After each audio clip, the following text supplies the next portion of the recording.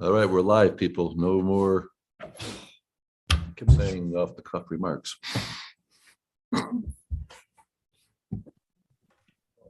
Okay. We just got Katie. muted. Spare pen over there by chance. Something. No, I don't want to take Thanks yours. for the warning. Uh-huh. Oh, I've got one right here. Okay, get the big stick. You can take a cheap one.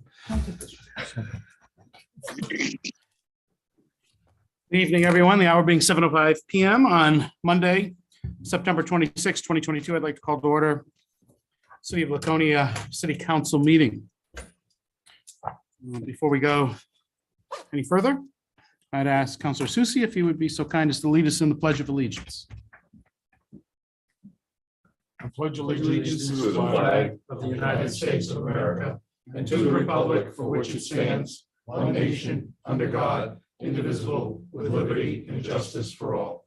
Thank you. Thank you. We're joined this evening at the council table by Katie Gargano, who is our city clerk. I'd ask her to please call the roll. Counselor Cheney, Here. Counselor Susie, Here. Counselor Haynes, Here. Counselor Hamel. Here. Counselor Here. Welch, Here. Mayor Hosmer. Present. Thank you. Mr. Mayor, can we just ask a couple of questions of Councilor Hamel? Be happy to do that. Counselor Hamel is unable to join us in council chambers this evening, so ask him why he's not joining us generally, and if Was it not reasonably practical to be here, and is anybody else with him?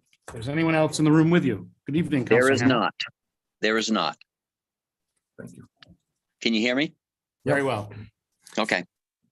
Counselor Littman is with prior notice, not with us this evening. He is celebrating Rosh Hashanah this evening.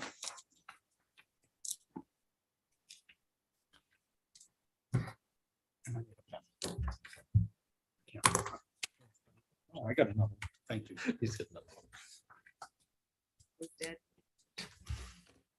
More like a weapon than a pen.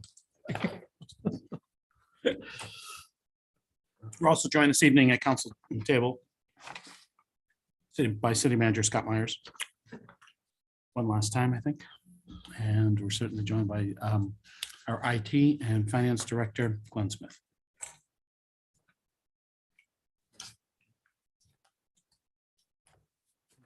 Agenda item number 7, which is acceptance of minutes from previous meetings. Minutes of the regular city council meeting of September 12th. 2022 were distributed to the city council on September 21st, 2022. With no corrections or changes submitted to the clerk, the minutes will be accepted as distributed.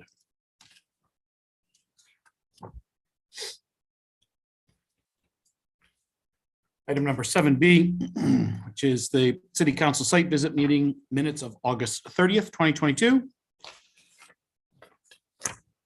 With no corrections or changes submitted to the clerk, the minutes will be accepted as distributed.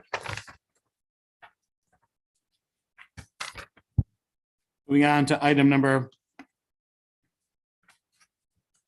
9, citizens' comments for matters not on the agenda.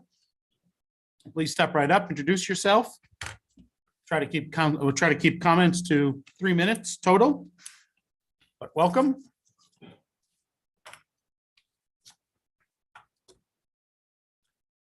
I'm here to talk about. Would you please introduce yourself for the record? Thomas Tardif. I'm still a resident and taxpayer of Laconia. I don't intend to leave. Thank you, Mr. Tardif. Thank you. If I may, I'd like to speak about the school in Lakeport and the deplorable. How about you talk right into the microphone? That'd be great. And you can, any matter that's not on the agenda, feel free to speak to it, Mr. Tardif. And you're at 7:09 right now, so you've got right up until 7:12. If I may approach, I have. some- Happy to hand something to the city clerk. That'll be just grand. Well, this one You can just pass it right along. That's great. is for you. Oh, I'm honored. Something special. I love it. Thank you. So is I did this some similar, the same, or should I take one of these too? They're probably all different. Sometimes the printer liked me and sometimes it didn't. Okay, got it. I've had an interest in the school for some time. And rather than speak strictly of opinion, I went to the state And the state recommended me to two individuals, and the state's rules regarding schools, elementary schools, is founded on Arizona. So in your case, Mr. Mayor, there is another binder, a copy of what the county based its rules. And my biggest problem so far is the driveway for that school is 24 feet wide, and it's the entrance and the exit. And as you read into the booklet, there's a downward slope that you have a long enough wheelbase, you could go high center. And I'd be very interested to see any fire emergency apparatus go onto that property, get into that driveway.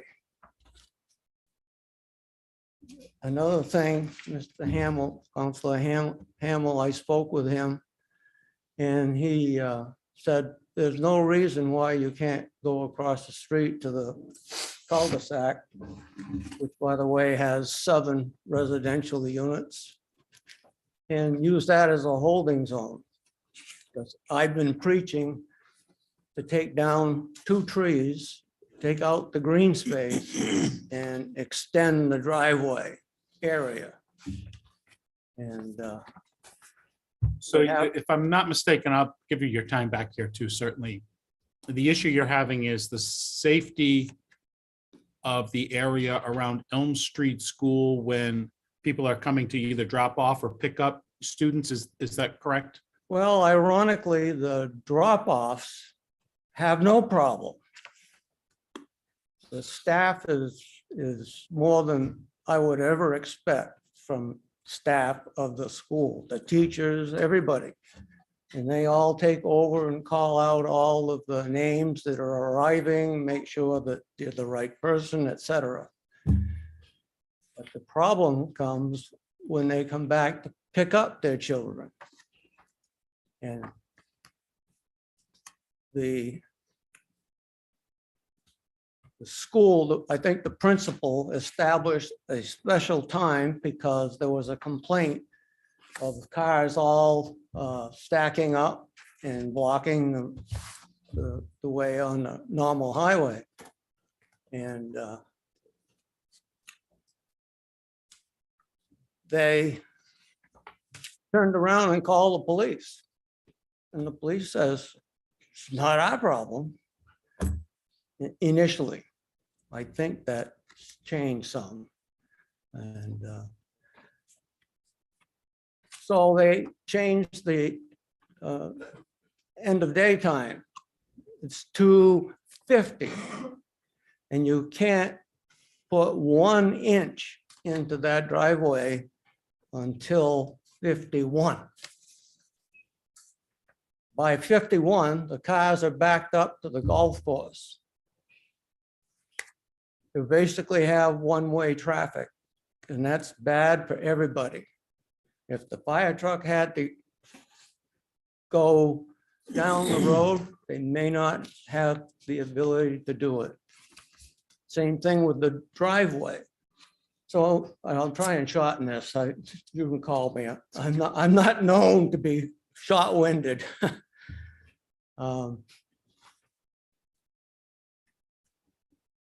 Lose my train of thought.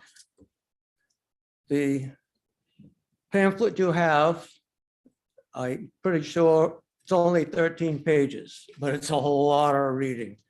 And page 10 addresses all the disparities in the design of school, and the school grounds. Is that what you've highlighted, Mr. Charter? Some of them I did and some I didn't. And some the computer erased it. I guess they knew I didn't like saying something. I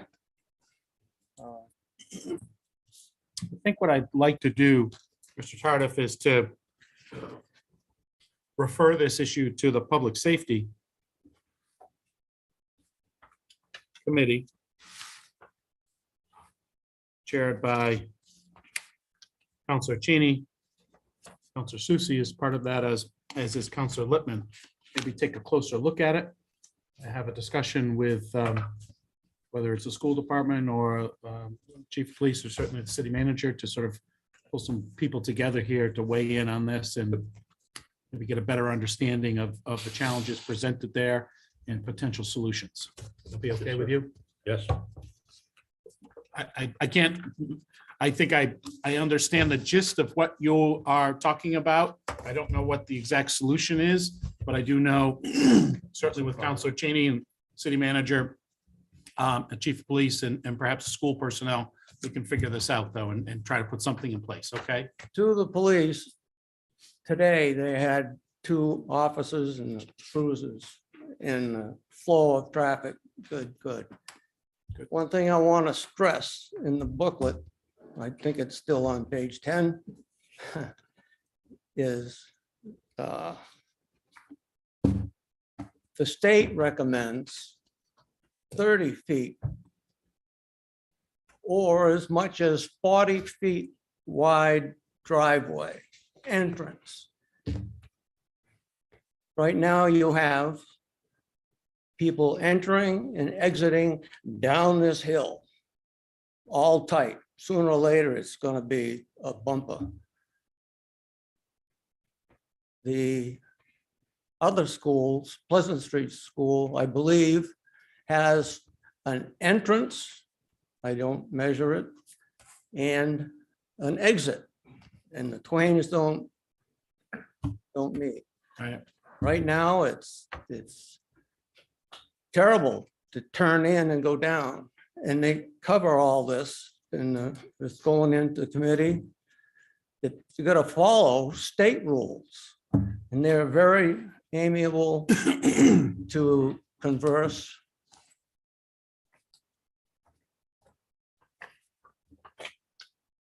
I haven't had to do this in so long. I'm gonna hand a copy to the clerk Sure. for the record. Okay.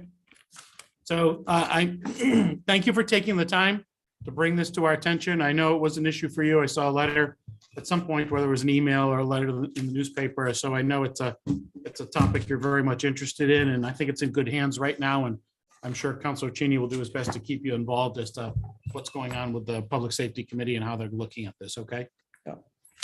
Last thing I want to say, and it's in there, but it's also been out. I had a conversation with my counselor Hamill, and he said, nah, don't worry about that. They can park in that cul-de-sac. Man, that cul-de-sac has got 7 nice new homes, and they're not going to welcome 30 or 40 cars, trucks, whatever. And the other thing is, all of this is based on you don't want to cross the road with children. And there's one thing else, last one.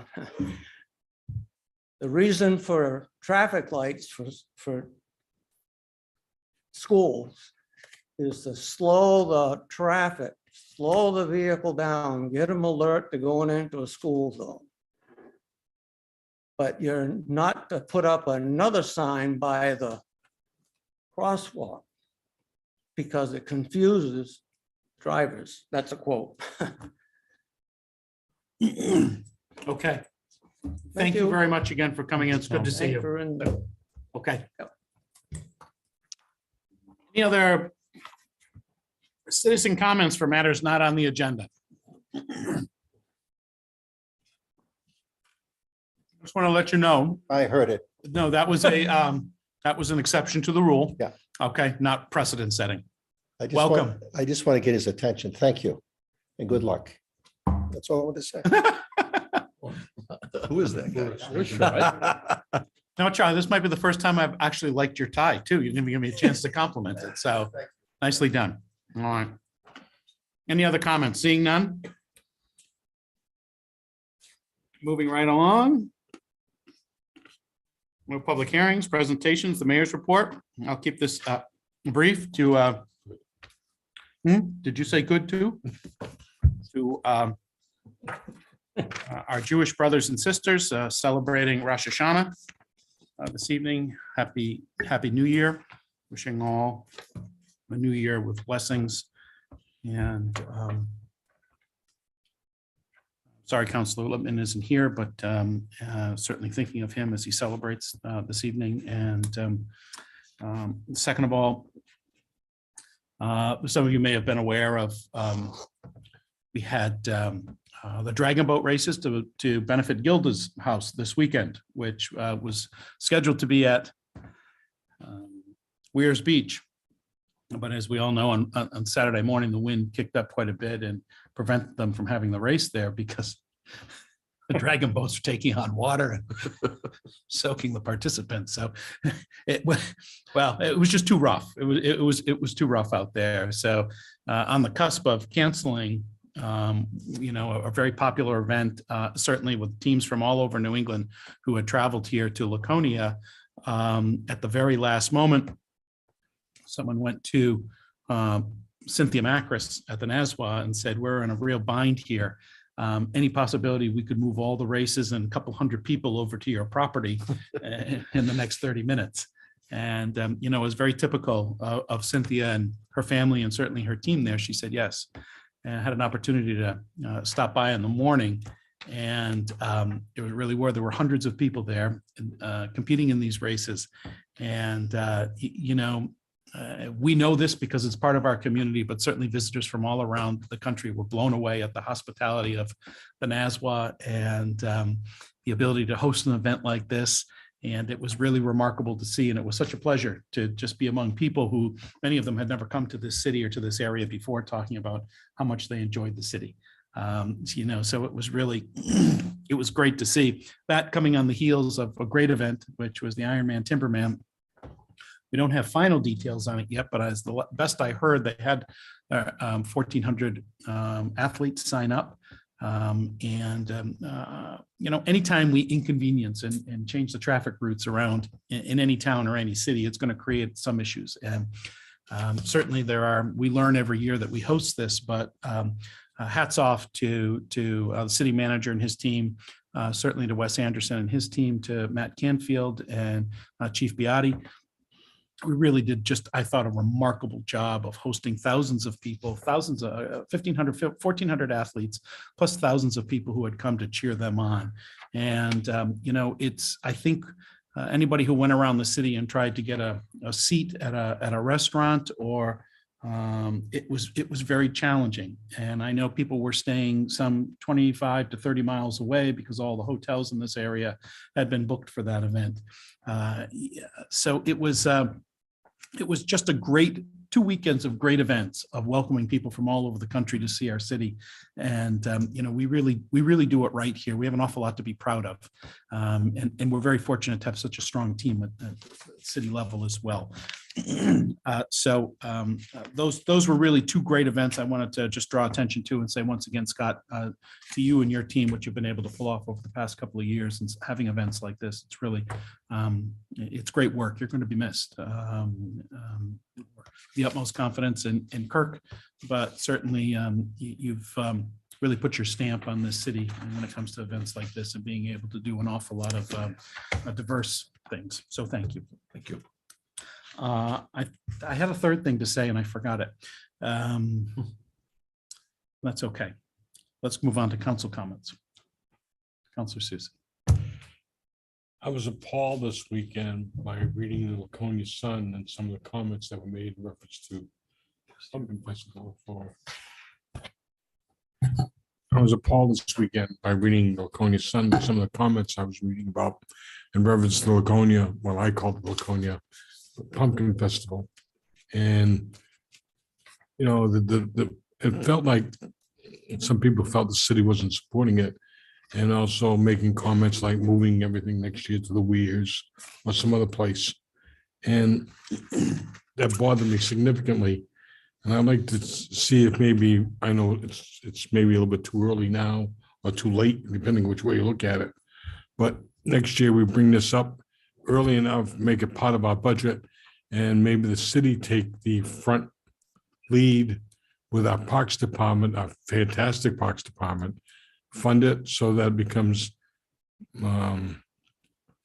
break even cost even at that point, okay?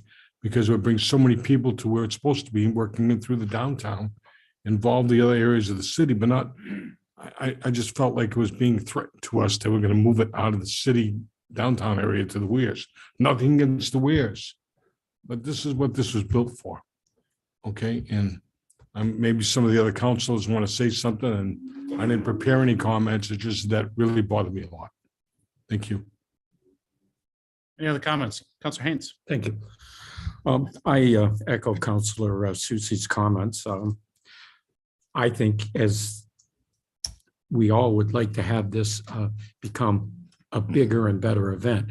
I have no problem with the weirs, and I no problem with Lakeport, and if some of the other communities want to get involved, that's fine too. But I think we should take the lead, and I echo his comments that and I don't think it's too late that we start to engage in this as we move forward. Thank you. Counselor Cheney. I was hoping perhaps the Public Works Director could tell me if there's been any progress on the Oak and North Main lights situation. No, there hasn't. That's a quick answer. Are we working on it? You come up to- That's beyond our capability, so we'll probably have to bring a traffic engineer in to time it and whatever.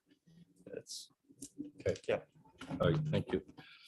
I also wanted to ask the Finance Director where we're at with the welfare regulation rewrite.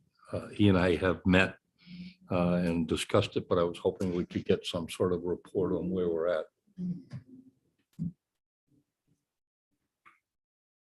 Thank you, Counselor. I've taken in the comments that we had from our conversation. At this point, I think we're ready to go back to the subcommittee and do an in-depth review of the revised guidelines. Good. And you'll speak to the chairman about setting up a meeting? I will do that. Thank you. Thank you. Lastly, Mr. Mayor, I had a meeting with the chairman of the police commission and with the police chief separately about a number of issues, some of which you and I have discussed. But in the course of it, I pointed out what I felt were some difficulties with watching the numbers go down for traffic stops and that sort of thing. The police chief provided me with a memorandum that he provides to the council, to the commission, in which he lists some of the things that have affected the department's ability to increase patrol time. He notes that traffic stops are down 37% overall year to date. That's a substantial, significant number, and was concerning to me. One or two other councilmen have expressed some concern. So the chief put together this report for me in which he mentions he's been unable to fill a number of grant-funded highway safety details. They had 144 hours to fill into the DWI patrols, 24 hours of speed patrols, 20 hours of pedestrian patrols, and 16 hours of distracted driving patrols, none of which were they able to fill. The officers have to agree to work those shifts or overtime, and they weren't able to do it. Increased training requirements as a result of CALIA, the national, I think it's actually now an international standard body for law enforcement, which Laconia has been a long time participant in, and their training requirements have caused more or has somewhat drained folks. This summer, they've deployed many more bicycle patrols. Officers, when assigned to bicycle patrols, they are removed from police vehicles, and that makes it difficult to make car stops. I can understand.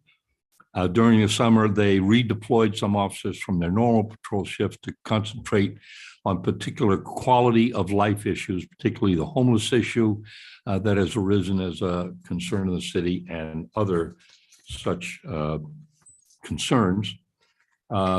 He is working with the senior staff to review how their activity and statistics are currently being tracked and looking to improve upon the report aspect to capture more of the work that officers do across the board. And I would tell you, as an aside comment from me, in the course of our discussion, the chief made me aware. I mean, I'm sure it sounds horrible, but I go into those meetings thinking I'm an expert in law enforcement and find out that, yeah, 40 years ago, I was expert in law enforcement. And Matt has been kind not to laugh when I ask some of my questions. But with regard to that, today I got an update provided to me and to the commission. As I said, there are a lot of reasons to explain, what the difficulties are. But it's noticeable in our uptick in car stops as a result of talking with senior staff and others to try and get folks more cognizant of when you got a minute, get at this. So the uptick in car stops from 912 to 926 has gone from what would have been last month a dozen or a couple of dozen stops to 378 stops, which I think indicates that the staff has focused on this. And it's important to point out that they focus not just on car stops. And my personal view is, I've told the chief, I don't give a darn if you don't hand out a lot of speeding tickets or whatever. What I care about is you stopping people and reminding them that running through red lights or stop signs is dangerous. Give them a break if you can, but make the stops. And it has two effects. It affects the person stopped, and it affects the 50 people who drive by and see the lights working. Then the chief provided me with, and I'll try to be as brief as possible, Mr. Mayor, although it's difficult. The federal funding that the department has gotten, which I think is substantial, and I'm going to ask the chief. I have his report here, and you may notice I have a lot of yellow marker on here. I'm going to ask the chief for permission to provide all of you with a copy of this. I think you should be aware, I was stunned at what the department's been able to do. And I don't think it's reserved to the police department. I think the fire department and the police department in this city do an above average, not an above average, an outstanding job. I really do. Are there issues that need to be dealt with? Absolutely. But they do an outstanding job. I think we're lucky in Public Works. I hate to say that with him sitting here, but I think they do a great job. So I feel good about this, but I want the rest of the council to know about what the department has done and what it's acquiring. The last thing, Mr. Mayor, is I talked to the chief about Rotary Park specifically, and before that, the cemeteries that were an issue. And he said, and it was the most, for me, insightful comment, he said, look, dealing with the homeless at Rotary Park or in the cemeteries is like squeezing a balloon. Yeah, you fix this problem, but it bulges somewhere else. And so I think Henry's idea that we put some funds towards dealing with the homeless issue, because that's obviously not our only problem, but it certainly is one of the things that I think makes people uncomfortable very frequently. So we need to find a solution that doesn't squeeze the balloon, but rather finds a way to help these folks going forward. And I thank you for all of you for this time. Councilor Cheney, thanks. And I don't disagree with an awful lot that you said. Certainly the premise of having an outstanding police force in DPW. I think we're very fortunate that we do have that in the city. And I'm not trying to be facetious, but we have seen a significant uptick in motor vehicle stops over the past couple of years at your behest. And I have no doubt that that makes for a safer driving environment here in the city and safer for pedestrians. But isn't the goal of that to deter people from driving either in excess of the speed limit or not obeying the traffic laws. Therefore, if we're really doing our job in deterring and having a presence, wouldn't it be only natural to see a downtick in the number of stops because people they're aware of the presence and they don't want to get stopped. And again, I'm not trying to be facetious, but it seems to me if you're doing a great job on the one side, you might see a drop in the other, and encouraging them to stop more people. I think there's a delicate balance there. That's all I'm saying. I agree, Mr. Mayor, but I would point out that some of the things that the chief points out, dramatic drop off in car stops. If you look back over the last year, from the numbers last year to this year, there's been a fairly significant drop off. And oh, by the way, now we have more accidents and some more serious accidents and that sort of thing. I think what the chief is trying to say is he's trying to find that balance, and he's trying to get the equipment and the computer software and the other things on grants. And again, that's something I hope to be able to share with you,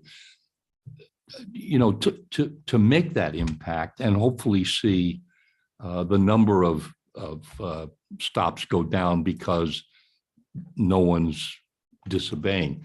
I would submit to you that if you have an accordion effect of car stops, you have an accordion effect of offenses.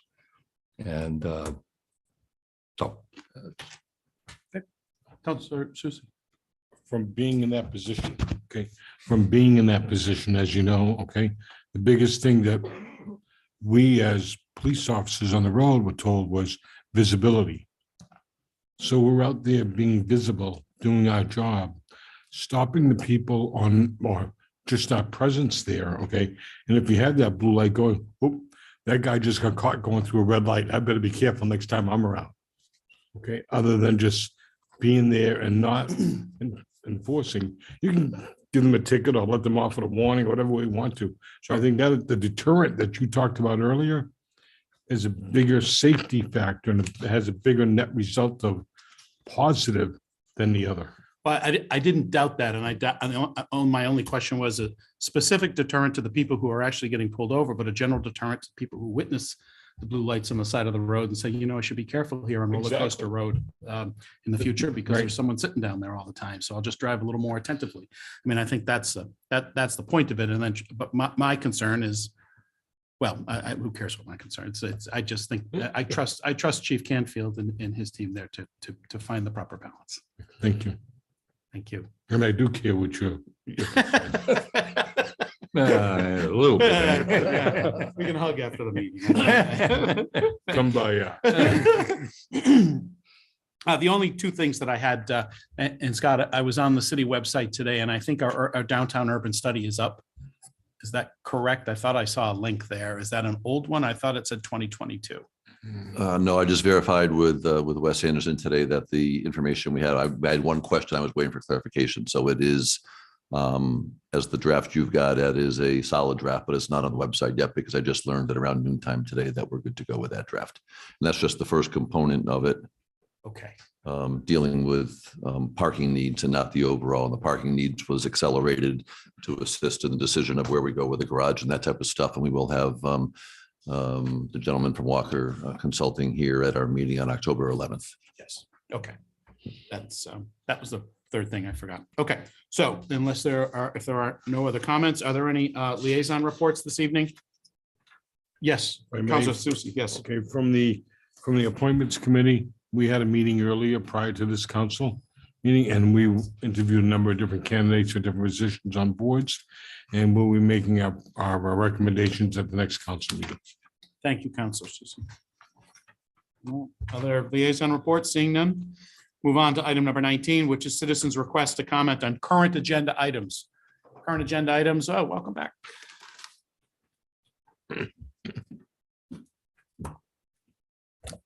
Thank you. 21A, looking at the thing there. I'm curious if that is a reserve fund for those items that are at Weirs, or is that for something in the future in another part of town? I think as I read it, it seems to me, I want to just defer to the city manager.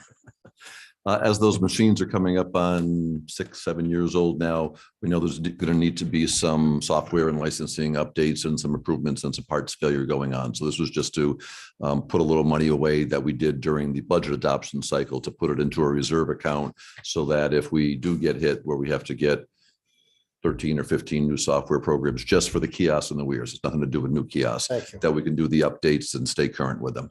Okay, so I will quickly jump to the remarks I think somebody just made about the gentleman will be here October 11th, talking about the parking. Yes. I unfortunately won't be able to be here, but I did have a brief conversation with that gentleman. I think it's the same guy. I can't remember where I had the conversation. And I was concerned because we were talking about kiosks versus parking meters, et cetera.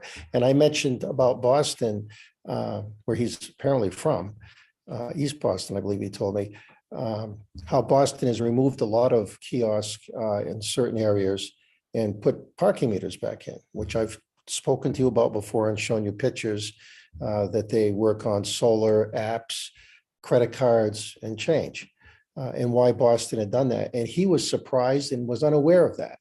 And that kind of bothered me. So I'm just throwing that out there.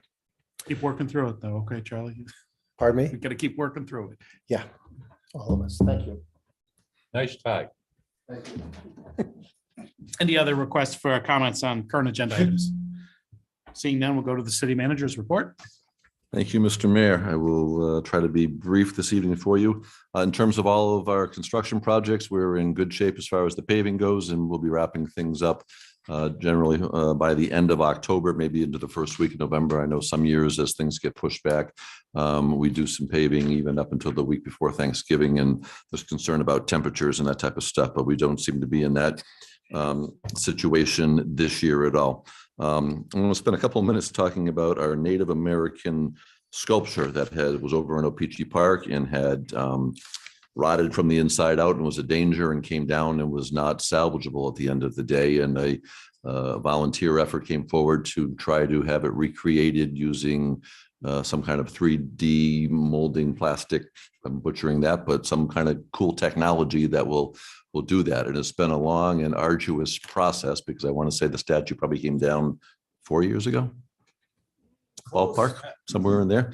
And whether it was COVID or whether it was, I don't know what, but at this point, it was announced last week that the statue components are all completed and maybe somewhere around a third of it was assembled and the other pieces were going to come just as pieces to land here and be assembled on site. And they were going to provide us some guidance or how, but we don't know who's going to do it or what needs to be done. But that's kind of maybe it's a team building project. The city council will go down and build the Indian. But anyway, it was supposed to show up tomorrow at some point, and we had a plan in place to receive it and have a forklift and move it into storage. And bright and early this morning, we got word that our Indian was on a very ambitious schedule and showed up 26 hours early.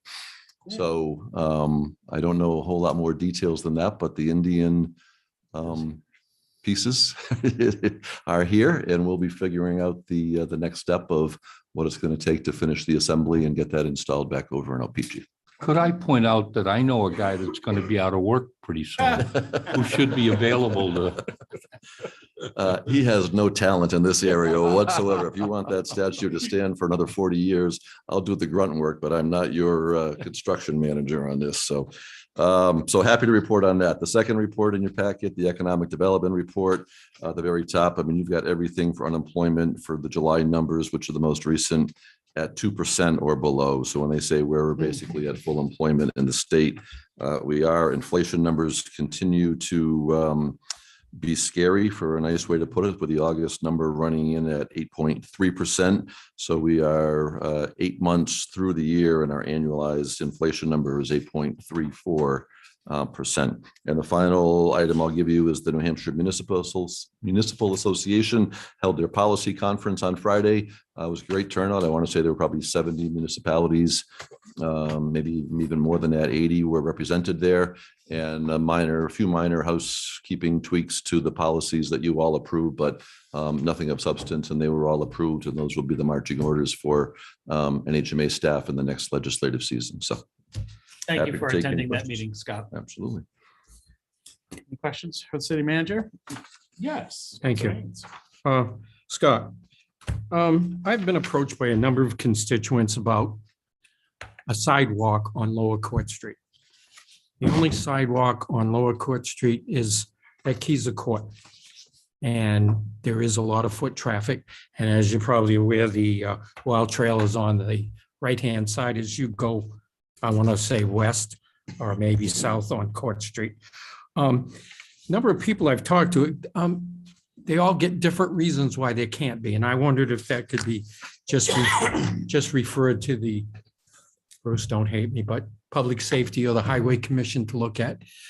As you go around Court Street, after you've passed the Budget Gas, there is that corner, and right by Deja Vu, it's dangerous. And so I don't know the reasons why there hasn't been a sidewalk, but at least if we could look into it and see what we could do about that. Happy to do that. Maybe we can do an interim step where I can get a reporter or a full-blown memo out as to the reasons. I do know we've reconstructed Court Street from the bridge all the way on down to Main Street in the last section that has not been fully reconstructed, even though we did some shim paving there a couple of years ago and it's holding up well, is that last stretch from the other side of the bridge to the city line with Belmont right there. Some of those driveways are very open and expansive. And I can tell you that when we did South Main Street, if you think down in the area of Young's Auto Sales and Shanghai Restaurant and South End Pizza, some of those businesses in there had very open, and in order to do it safely and provide that protection and safety, you really need to close up some of those wide swaths and have more controlled entrance and access points there. And some property owners and business owners are very reluctant to want to agree to that. So let me kind of get with Wes and Krista. Let's put it into a memo, get it to you, and then you could still certainly refer it. I would think that when we do that last part of Court Street, that looking to do the sidewalks would certainly be incorporated in that. But let me get you some background and then we can figure out where to go with it. The other thing is, Scott, and I don't know, maybe we do, maybe we don't, but do we have an inventory of sober houses in the city? And do they fall under any regulations as far as safety and fire? I had a constituent tell me that there's a sober house on Lower Court Street. Maybe not lower, but anyways, there's 22 people living in one house. That's considered a sober house. And I wonder, does that become a safety issue? Is there anything that's regulates that or? So the short answer, and I've got a court decision, I think that came out of California several years ago, somewhere in my emails and files that I can send you. But as long as a sober house is not turned into a rooming house, of which a rooming house would be doors that locked and separate rental agreements type of thing for rooms and whatever. Sober houses, I'm going to paraphrase on the courts, where you can't discriminate against a certain sector of the population based on a disability, and an addiction to whatever it might be is considered a disability. So it has been challenging. We have no local ordinances. I'm going to turn to the chief because this would be into the inspections, but there's no local ordinances requiring those to register. And again, it's basically unrelated people sharing a house, no different than if, 6 or 8 people you grew up with, I'm talking about younger people, went to college with, whatever, all of a sudden, rented a 4-bedroom, large building type of thing. So they're not inspected for fire safety or? Not necessarily. And there are stipulations. I mean, they can't perform services there. They can't have counseling. They can't do group meetings and stuff. So I think it's been reported widespread enough over the years when Riverbank House was growing and had their center down on Church Street and some houses on Messer Street and other streets. The folks were living there as part of the program, but all of the program work happened in a building that was licensed and inspected for that. And the residential was not a place where any treatment or any of those things were occurring. So that is the differentiation. I know Manchester is going through some things that I'm reading in the Union Leader about the number of, sober houses. Then why doesn't the city know about them and do things about them?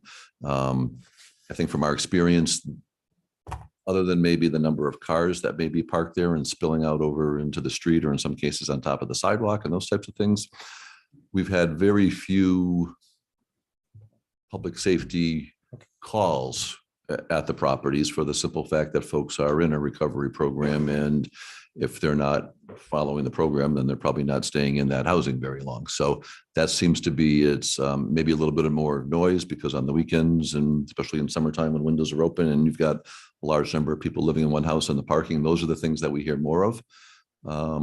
But it is that balance, but I'll find that court decision that at least will explain it a little bit. Yeah, my main concern was the fire safety, as far as I'm concerned. Thank you, Mr. Mayor. All right, moving along to agenda item 21, which is our new business. I'll take us through this, Scott. Yeah, so this, the council approved during the budget time, which included $15,000 to be put into a reserve account so that we can fund the upgrades or the software or the new components as some of these kiosks wear out or as the software programs are not supportable anymore by the vendor. So this is basically just to help us maintain replacement and keeping current with the kiosks that we have in the weirs. There's no impact because you've already approved the money. This is just merely going through the step of creating the reserve account, which allows it to carry over year after year as opposed to the funding lapsing at the end of the fiscal year. Thank you.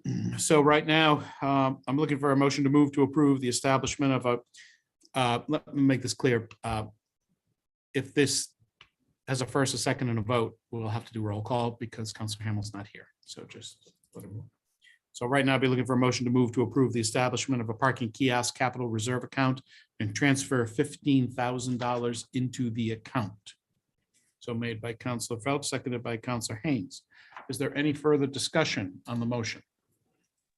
Councilor Haynes. Scott, this will be an annual. Do you look forward in the future for this to be an annual type of the part of the budget? I think we've got to see how it goes. I believe in speaking with Wes for next year that the vendor is saying there's going to be a new software package that rolls into it. And was it $700 a unit? No, it's more like 3,000. 3,000 a unit. So again, Okay. So yes, we've got to see where this goes. Hopefully that one-time investment then buys us X number of years, but this is to help us plan for those types of things.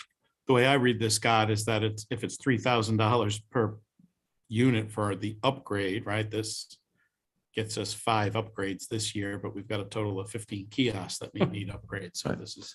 So again, we just found out about the need for the upgrade from the 15. The 2 that are dedicated at Weirs Beach could potentially be paid for out of that Weirs Beach reserve account. So those parking kiosks, the first $25,000 of beach parking revenue comes to the general fund, and the remainder goes into a Weirs Beach improvement account. So that in theory, you could fund those 2 kiosks out of the reserve. I want to say this year, the beach 2 kiosks generated about $70,000 in revenue. So if the first 25 comes to the general fund, we'd be looking at somewhere about 45,000 flowing into that reserve account. So for them to fund 6,000 out of that might be a recommendation that we make to utilize funds to support those 2. But absolutely, we don't want to fall behind the curve too much on these types of things. Certainly is expensive. If there are no further questions or discussions, I'd ask you want to go right ahead, Councilor. Just briefly, can we take some of the money that's coming in on these kiosks and put it into this account? Sure. I mean, it's just that revenue is coming into the general fund, and with the rate increases that the council approved for this budget, I want to say that if you put the two beach kiosks aside, I think we were looking at about $275,000 in parking revenue for this calendar year, which is when the new rate increase went into effect. So it's not the full fiscal year. That won't wrap up until next June 30th. But on the calendar year, when you look at where we are started Memorial Day to where we're going to end up on Columbus Day when we stop, I think we're going to hit I was looking at it earlier today, and this $267,000 is what's been generated year to date. Again, not the fiscal year, but the calendar year. So certainly to say that, hey, part of the reason we raised rates is so we can maintain and update. And Wes has even worked on some things that we'll be rolling out some more for next season on people being able to pay with a telephone app. And that's what some of these software upgrades will do, so that you don't physically have to go in and swipe the card. You can download the app and be able to pay through Apple Pay or whatever other method you've got. So that will build in when these upgrades come in, and we'll roll that out a little stronger next spring. Good. Thank you. Councilor Cheney? No, sorry. Oh, okay. There are no further questions or concerns. And I ask the clerk to call the roll. Counselor Cheney, Yes. Counselor Susie, Yes. Counselor Haynes. Yes. Counselor Hamel, Yes. Counselor Felch, Yes. 5 votes in the affirmative, and that motion passes. Item 21B, which is the establishment of an LED street light capital reserve account and transfer $40,000 into the account. Scott, I'm happy to have you lead us on this one too. Yeah, so it's basically the same thing that we talked about just a minute ago with the kiosk. This is for the lights. The city did the LED street conversion project back in 2017. The lights have a 10-year warranty on them. Different than how the lights were before, is when a light went out, Eversource would come and replace the light. But since we've gone to our own specific light, that's energy saving, and we're saved basically half of our money on our street lighting bill once we rolled this project out. The replacement of the lights comes with us. There's no expectation that every light is going to stop on year 10 in one day when the warranty runs out, but certainly you will begin to see some more failures. I think that overall project, including the arm for the light and the bulbs in it, was about $180 or $190 per unit to have, and then the installation cost to go in and put those on. So we're only talking about replacing the bulbs here. So again, you've already approved this $40,000 during the budget process out of some surplus revenue that we had. To move it into a reserve account, this is just going through the mechanics of making that reserve account so it carries forward year over year. And if you fund a little bit, the next couple of years, again, the warranty on these lights runs until 2027. So this is kind of trying to get ahead of the curve. So when the time comes that, we have to replace 100 a year or 150 a year, you're not looking at Wes and saying, hey, go find that $30,000 in your budget somewhere, when he doesn't necessarily have it. We've got an account set up to do that. Thank you. So right now, I'll be looking for a motion to approve the establishment of an LED streetlight capital reserve account and to transfer the amount of $40,000 into the account. So made by Counselor Felch, seconded by Counselor Cheney. Are there any further questions? Discussion? Seeing none, I'd ask the clerk to please call the roll. Counselor Cheney, Yes. Counselor Susie, Yes. Counselor Haynes. Yes. Counselor Hamel, Yes. Counselor Felch. Yes. 5 votes in the affirmative. That motion passes.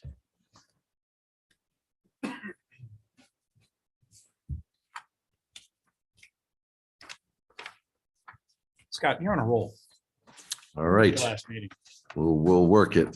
So 21C, these are 3 grants through highway safety grants that the police department applied for and received that were not anticipated when we put the budget together.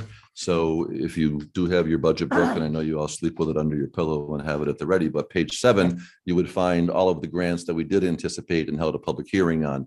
These 3 were not, so they're coming to you tonight for a first reading, and because they exceed $10,000 and under RSA 31:95, anything over 10,000 that isn't anticipated needs to go to a public hearing.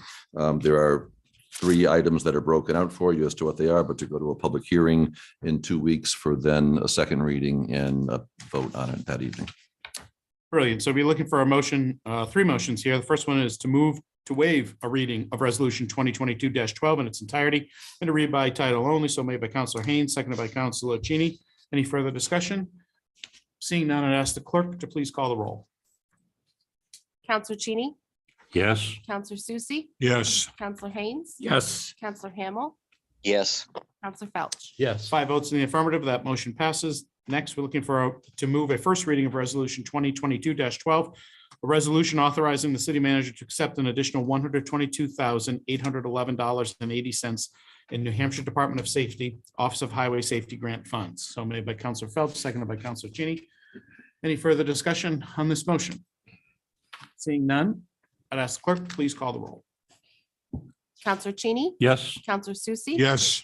Counselor Haynes, Yes. Counselor Hamel, yes, Counselor Felch. Yes. 5 votes in the affirmative, and that motion passes. Finally, looking to move to schedule a public hearing on October 11th, 2022, during the regular city council meeting to gather input prior to adoption. So made by Counselor Felch, seconded by Counselor Haynes. Any further discussion on the motion? Seeing none, I'd ask the clerk to please call the roll. Counselor Cheney, Yes. Counselor Susie, Yes. Counselor Haynes. Yes. Counselor Hamel, yes, Counselor Felch. Yes. 5 votes in the affirmative, and that motion passes as well. Thank you. Moving on to item number 21D, which is a sublease agreement between SBI Aircraft Services Laconia and Mike Goulian Aviation LLC. SBI, which is Skybright, currently leases office space in the terminal and is desirous of subleasing 128 square feet of that space to MGAV for office use. The sublease agreement duration is 1 year in length, to be reviewed annually to ensure compliance with airport minimum standards. The agreed rate is $260 per month plus $35 per month in utilities. This was an issue that was discussed at the September 15th Laconia Airport Authority meeting and was voted on, and it was unanimous, had unanimous support from the Laconia Airport Authority. So right now, I'll be looking for a motion to move to authorizing Andrew Hosmer, Mayor of the City of Laconia, to sign the sublease agreement between SBI Aircraft Services Laconia LLC and Mike Goulian Aviation LLC. So made by Counselor Haynes, seconded by Counselor Cheney. Is there any further discussion? Seeing none, it asks yes. I'm just wondering, was the increase in utilities that we're experiencing taken into the consideration? So the utilities are the responsibility of SBI, Skybright Flight Services. Why It's an does it say- SEO there. They are responsible for those, their own utilities, It says plus $35 for a month for utilities. because they're sharing utilities in the office space, Skybright's office space right now. So Skybright is charging them $35 to help offset any increase in their utility bills. It's already being paid by Skybright. Okay. It's not being paid by the city. Without any further questions, I'd ask the clerk to call the roll. Counselor Cheney, Yes. Counselor Susie, Yes. Counselor Haynes. Yes. Counselor Hamel, yes, Counselor Felch. Yes. 5 votes in the affirmative, and that motion passes. Under agenda item number 22, which is our unfinished business. I know Wes Anderson is here, perhaps willing to lead us in this discussion of this subject. Right now, I see we've got some items here. If you can pull them up a little closer. Get them in there. All right, so, well, that is probably what you see the most common when you drive around right now. That's what most people use, about 32 gallons, 35, depending upon the exact make and model. Can you just lift that up, Wes? Because it's not quite in the camera view, but there we go. Nope, nope, a little lower. Perfect. Okay. All right, good. Okay, so the equivalent in size, remember we're authorized 2 of those for single family house. The equivalent in size is this one right here. Okay, but this is not what we're gonna offer for single family homes, because then they'd have to have 2 and it would increase the count for stops. How much is that? How many gallons? 32 gallons. 32, same as the round barrel. Correct. Okay. And as you're looking at it, watch the footprint portion, and I can bring them back. The one that we're offering for trash for each single family home is 64 gallon. So this would be equivalent to 2 of those. So instead of getting 2, which you currently authorize right now underneath the city ordinances, they would have 1 of these. So they're actually getting a little bit more capacity. Okay, so that's for trash.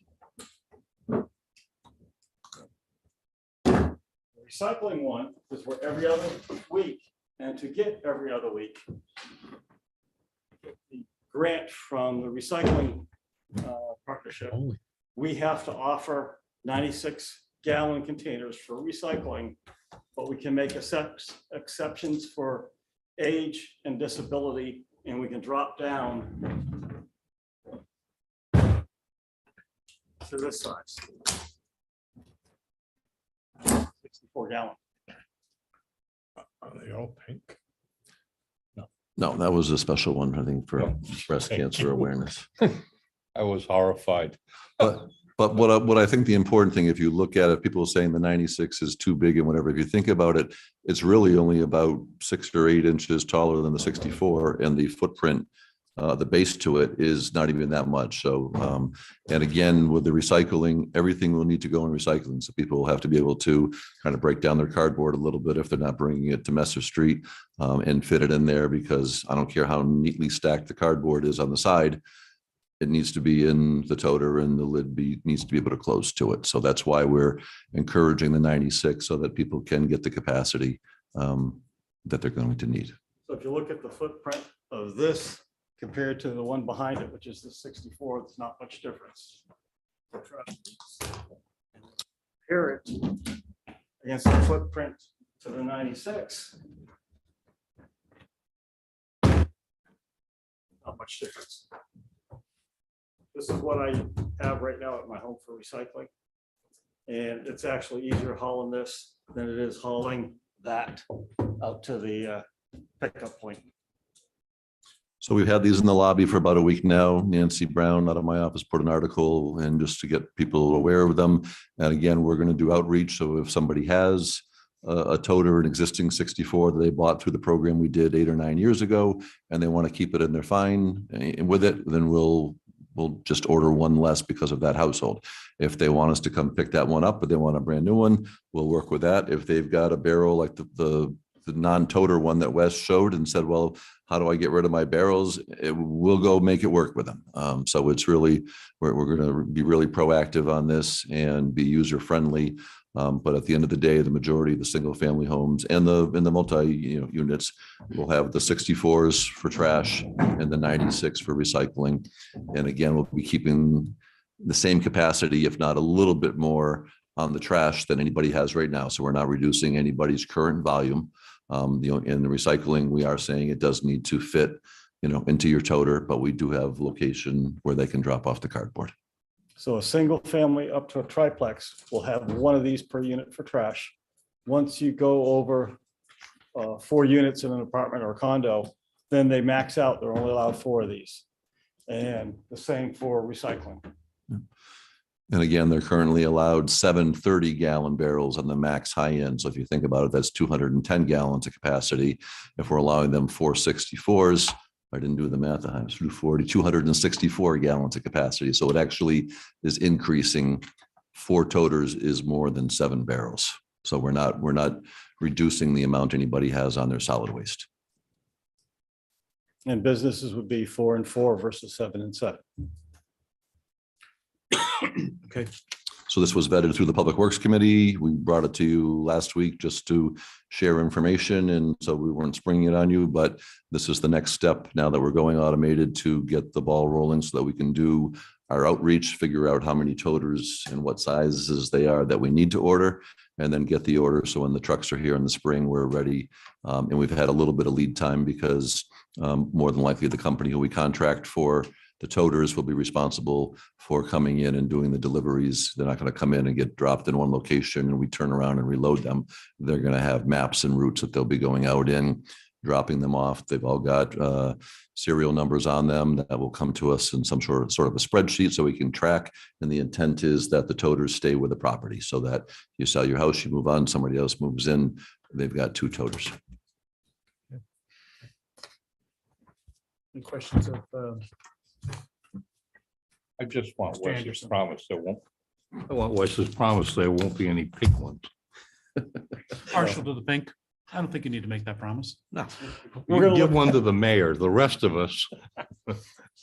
We're going to be careful in the color selection just because we don't want one that's going to fade or change color in the UV light. That almost works. And I think I'll be encouraging that we go with some kind of a dark green hue type of thing. I've seen some communities, including where my parents live on the Cape, and the Bourne town colors are a blue that, if you believe it or not, it's even brighter than this blue right here. And a lot of the properties on the Cape are older cottages and don't have garages and place to go. And that blue is extremely noticeable when you drive down the street on non-trash days, just because they're pulled up sitting, alongside a small cottage and they've got no place to put them, and they're visible. So my recommendation is that dark green, brownish, blackish, whatever is probably the way that we should Yeah, be looking to but we go. will have to have two separate colors, one for recycling and one for trash, so it makes it easier on the drivers. All right, thank you, Wes. So right now, I'll be looking for a motion to move the city council to approve the proposed card allocation plan, and that the plan be implemented as part of the conversion to automated curbside collection. So made by Counselor Felch, seconded by Counselor Susie. Are there any further questions? Seeing none, I'd ask the clerk to please call the roll. Counselor Cheney, Yes. Counselor Susie, Yes. Counselor Haynes, Yes. Counselor Hamel, Yes. Counselor Felch. Yes. 5 votes in the affirmative, that motion passes. That concludes tonight's agenda. I'd like to adjourn the meeting at 8:11 PM.